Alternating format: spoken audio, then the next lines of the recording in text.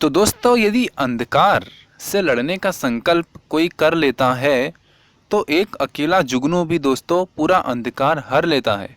नमस्कार दोस्तों, मैं दीप बहुगुणा स्वागत करता हूं आपका अपने यूट्यूब चैनल पे जिसका नाम है स्टडी इन दीप्स एम्पायर।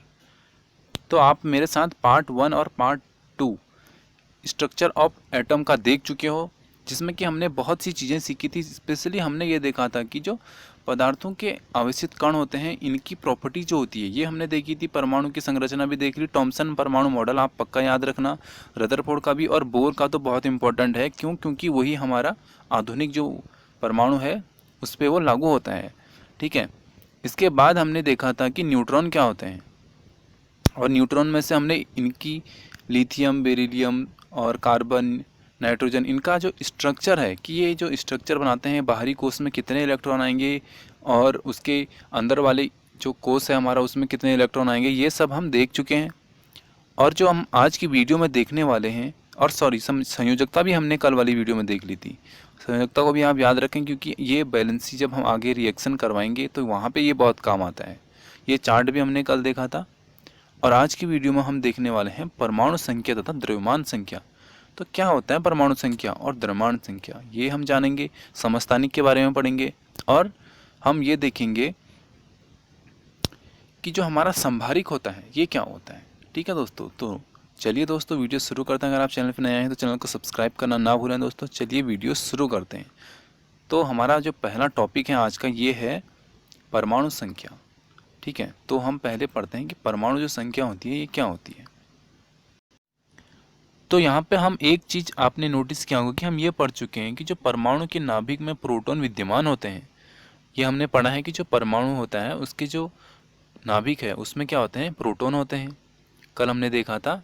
ठीक है, और न्यूट्रॉन भी होते हैं, ये भी कल हम देख चुके हैं। तो यहाँ पे जो हमारा परमाणु की संख्या अगर हमको निकालनी है तो वो क्या होगी, परमाणु में उपस्थित जो प्रोटॉन होंगे उनकी जो संख्या होगी वही हमारी क्या होगी, परमाणु संख्या होगी। ठीक है, और जो हमारी परमाणु संख्या होगी इसको हम जेड से दिखाते हैं। ठीक है, इसको हम कौन से साइन से दिखाते हैं, जेड के साइन से दिखाते हैं। किसी तत्व के सभी अणुओं की परमाणु संख्या, कोई भी तत्व है उसके उसमें जितने भी हमारे अणु होंगे उसकी जो परमाणु संख्या होगी वो समान होगी। यानी अगर ऑक्सीजन में हमारे 6 इलेक्ट्रॉन है, सॉरी उसकी परमाणु संख्या 6 है, तो उसकी परमाणु HO2 रखो या O3 रखो, उस सब की जो परमाणु संख्या होगी वो 6 6 6 ही होगी। ठीक है, ये मैंने आपको एक एग्जाम्पल बताया। ठीक है, वास्तव में तत्वों को उनके परमाणु में विद्यमान प्रोटॉनों की संख्या से क्या किया जाता है, परिभाषित किया जाता है। हाइड्रोजन के लिए जो हमारा जेड है वो कितना होता है, 1 होता है। ठीक है, क्यों, क्योंकि इसमें कितना परमाणु है, हमारा एक ही परमाणु है। और परमाणु होने के साथ इसमें प्रोटॉन कितना है, 1 है। तो अगर प्रोटॉन की संख्या 1 है तो इसमें परमाणु संख्या भी 1 ही होगी, क्योंकि हाइड्रोजन परमाणु की जो नाभिक है इसमें केवल 1 प्रोटॉन होता है। ठीक है, क्यों होता है, क्योंकि इसमें 1 ही प्रोटॉन होता है, इसलिए इसका जो परमाणु हमारा संख्या होगा वो भी 1 होगा। ठीक है, इसी प्रकार अगर हम कार्बन का देखें तो अगर हम कार्बन का देखें तो वो कितना होगा, 6 होगा। ठीक है, और इसी प्रकार जो हमारे और तत्व हैं, जितने भी तत्व हैं सबका परमाणु संख्या हम ऐसे ही निकाल सकते हैं। ठीक है, चलिए अब इसके बाद हम देखते हैं कि द्रव्यमान संख्या क्या होती है। तो एक चीज़ हम देख चुके हैं, जो हमारा द्रव्यमान होता है वो क्या होता है, हमारा प्रोटॉन और न्यूट्रॉनों की संख्या जो होती है उसका जो योग होता है वो हम पिछली वीडियो में भी देख चुके हैं, वो क्या होता है, हमारा द्रव्यमान होता है। ठीक है, ये परमाणु के नाभिक में विद्यमान होते हैं, इसलिए इन्हें क्या कहते हैं, न्यूक्लियन कहते हैं। क्या कहते हैं, न्यूक्लियन कहते हैं। ठीक है, परमाणु का लगभग संपूर्ण द्रव्यमान उसके नाभिक में होता है। जो परमाणु है उसका जो पूरा द्रव्यमान है वो कहाँ होगा, नाभिक में होगा। उदाहरण के लिए अगर हम देखें कार्बन का जो द्रव्यमान है वो कितना है, 12 यूनिट। कितना है, 12 यूनिट है। ठीक है, क्योंकि इसमें क्या है, 6 प्रोटॉन है और 6 न्यूट्रॉन है, और इसकी परमाणु संख्या कितनी होगी, 6 होगी। क्यों, क्योंकि इसमें प्रोटॉन 6 है।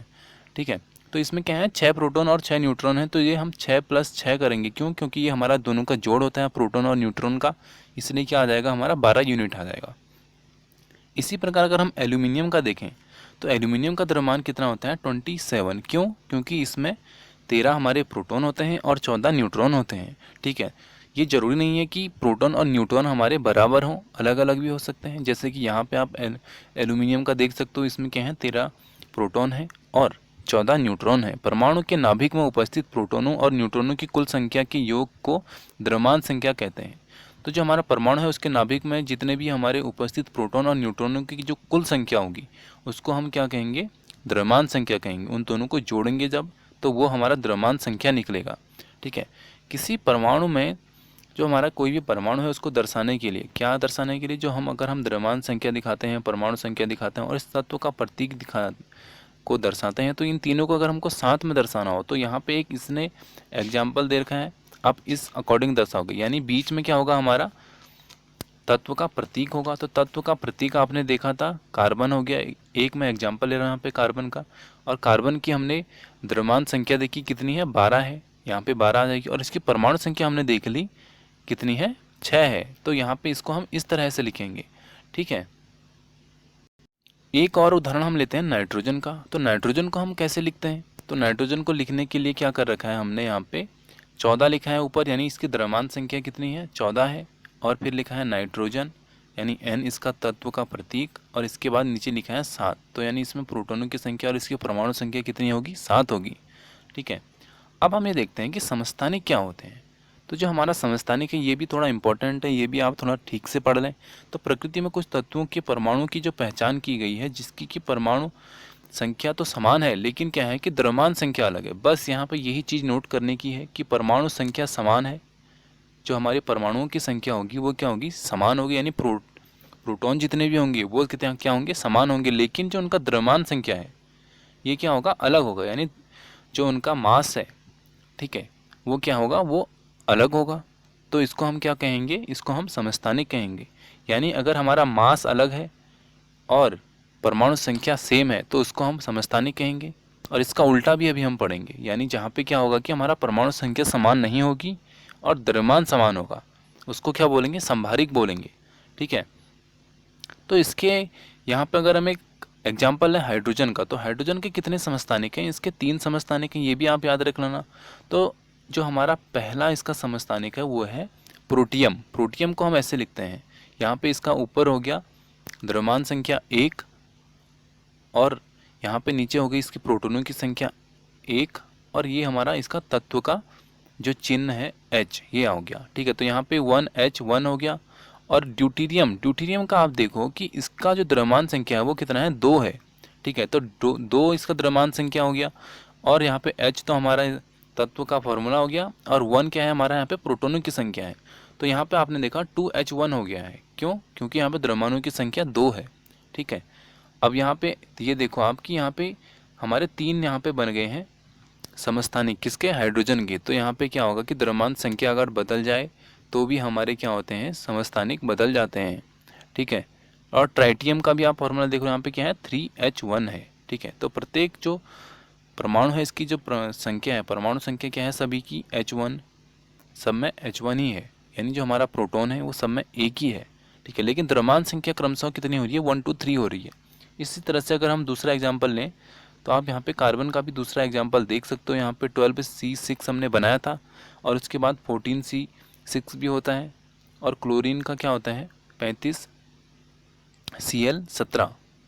ठीक है, और 37Cl17 भी होता है। यानी यहाँ पे क्या है कि क्लोरीन के भी हमारे 2 समस्थानिक हैं और कार्बन के भी 2 समस्थानिक हैं। ठीक है, अब इसके बाद हम ये देखते हैं कि जो हमारा संभारिक होता है, ये संभारिक क्या होता है। ठीक है, तो संभारिक जो हमारे यहाँ पे 2 तत्व कैल्शियम और परमाणु, जो हमारे कैल्शियम की परमाणु संख्या है कितनी है, 20, और आर्गन की जो परमाणु संख्या है ये कितनी है, 18। ठीक है, अभी हम सिर्फ परमाणु संख्या यानी प्रोटॉनों की बात कर रहे हैं। तो यहाँ पे 20 है इसकी और इसकी 18। इसके बारे में अगर हम विचार करें तो परमाणु संख्या में इलेक्ट्रॉनों की जो संख्या है वो क्या है, भिन्न भिन्न है। यहाँ पे दोनों में इलेक्ट्रॉन तो भिन्न भिन्न है, लेकिन क्या है कि दोनों तत्वों की जो द्रव्यमान संख्या है ये कितनी है, 40 है। ठीक है, यानी तत्वों के इस जोड़े के अणुओं में जो कुल न्यूट्रॉन होंगे यानी कुल न्यूक्लियन होंगी, इनकी जो संख्या क्या होगी वो क्या समान होगी। अगर हमारा क्या होगा, अलग अलग परमाणु संख्या, ये चीज़ आप नोट रखो कि अगर हमारी परमाणु संख्या अलग अलग होगी, ठीक है, वाले तत्वों को जिनकी द्रव्यमान संख्या समान होगी, अगर परमाणु संख्या अलग होगी और द्रव्यमान संख्या सेम होगा तो उसको क्या बोलेंगे, संभारिक बोलेंगे। ठीक है, आप ये पॉइंट पक्का नोट कर लें। तो यहाँ पे चैप्टर तो समाप्त होता है, लेकिन अब हम ये देख लेते हैं कि हमने इस चैप्टर से क्या क्या सीखा। तो सबसे पहले हमने ये देखा था कि इलेक्ट्रॉन और प्रोटॉन की जो खोज की थी वो किसने की थी, जे जे थॉमसन या थॉमसन जे थॉमसन ने हमारा इलेक्ट्रॉनों खोजा था और प्रोटॉन किसने खोजा था, गोल्डस्टीन ने खोजा था। ठीक है, ई गोल्डस्टीन ने हमारा प्रोटॉन खोजा था। जे थॉमसन को यह प्रस्तावित किया था कि इलेक्ट्रॉन क्या होते हैं, धनात्मक गोले में धंसे होते हैं। इन्होंने ये हमने इनकी थ्योरी देखी थी जिसमें हमने ये देखा था कि जो हमारे इलेक्ट्रॉन होते हैं वो क्या होते हैं, हमारे धनात्मक गोले में धंसे होते हैं। इसके बाद हमने रदरफोर्ड के अल्फा कणों को के प्रकीर्णन का अनुप्रयोग किया था। इसके बारे में हमने पढ़ा था कि जो हमने केंद्रक का खोज की थी इन्होंने, वो रदरफोर्ड ने की थी। किसकी खोज, परमाणु के केंद्रक की खोज की थी। ठीक है, और इसके बाद रदरफोर्ड का परमाणु मॉडल भी आप देख चुके हो। नील बोर्स का आपने परमाणु मॉडल देखा था। अगर आपको नहीं पता तो आप मेरा पार्ट 1 देख सकते हैं इस वीडियो का। ठीक है, और यहाँ पे एक चीज़ हमने ये इंपॉर्टेंट देखी थी कि परमाणु के कक्षों को KLMN कहा जाता है। ठीक है, और संयोजकता क्या होती है कि परमाणु की संयोजन शक्ति होती है। जो संयोजकता होती है वो परमाणु की संयोजन शक्ति होती है। ठीक है, एक तत्व की परमाणु संख्या केंद्रक में विद्यमान प्रोटॉनों की संख्या के बराबर होती है। ये भी हमने पढ़ा था। परमाणु की द्रव्यमान संख्या केंद्रक में विद्यमान न्यूक्लियनों की संख्या के बराबर होती है। ये भी हम पढ़ चुके हैं। समस्थानिक के बारे में हम पढ़ चुके हैं और संभारिक के बारे में, इन दोनों के बारे में तो हम इसी वीडियो में पढ़ चुके हैं, संभारिक और समस्थानिक के बारे में।